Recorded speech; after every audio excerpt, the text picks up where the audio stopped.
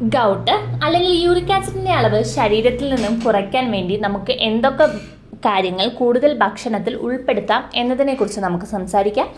വെള്ളം ദിവസേന 10 മുതൽ 12 ഗ്ലാസ് വരെ വെള്ളം കുടിക്കുക. ശരീരത്തിലെ വിഷാംശങ്ങൾ യൂറിക് ആസിഡ് ഉൾപ്പെടെയുള്ളവ മൂത്രത്തിലൂടെയാണ് പുറന്തള്ളപ്പെടുന്നത്.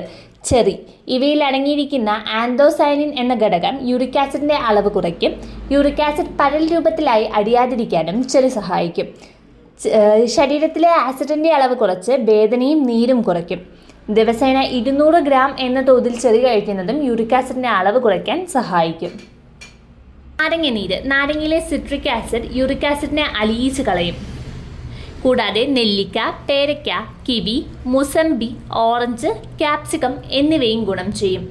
Apple cider vinegar. 8 ഔൺസ് വെള്ളത്തിൽ നിന്നും ചെറിയ സ്പൂൺ ആപ്പിൾ സിഡർ വിനെഗർ ചേർത്ത് ദിവസവും കഴിക്കുന്നത് യൂറിക് ആസിഡ് കുറയാൻ സഹായിക്കും. എന്നാൽ ഇത്തരം കാര്യങ്ങൾ നിങ്ങൾ ശീലമാക്കുന്നതിന് മുമ്പ് നിങ്ങളെ ചികിത്സിക്കുന്ന ഡോക്ടറോട് അഭിപ്രായം ചോദിച്ചതിന് ശേഷം മാത്രം സ്ഥിരമായി ഭക്ഷണത്തിൽ ഉൾപ്പെടുത്താൻ ശ്രദ്ധിക്കുക.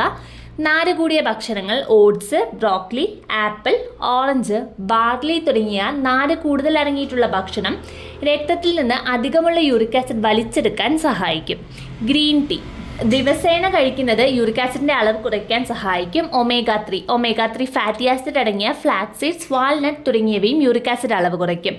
ഭക്ഷണം പാകം ചെയ്യാനും ബേക്കിങ്ങിനും മറ്റ് ഒലിവ് ഓയിൽ ഉപയോഗിക്കുക. ആൻറ്റി ഓക്സിഡൻറ്റ് സ്വഭാവമുള്ളതുകൊണ്ട് മാത്രമല്ല നീര് കുറയ്ക്കാനും ഇത് സഹായിക്കും. സ്ട്രോബെറി, ബ്ലൂബെറി തുടങ്ങിയ ബെറികളും ശരീരത്തിലെ യൂറിക് ആസിഡിൻ്റെ അളവ് കുറയ്ക്കാൻ സഹായിക്കുന്ന ഭക്ഷണ സാധനങ്ങളാണ്.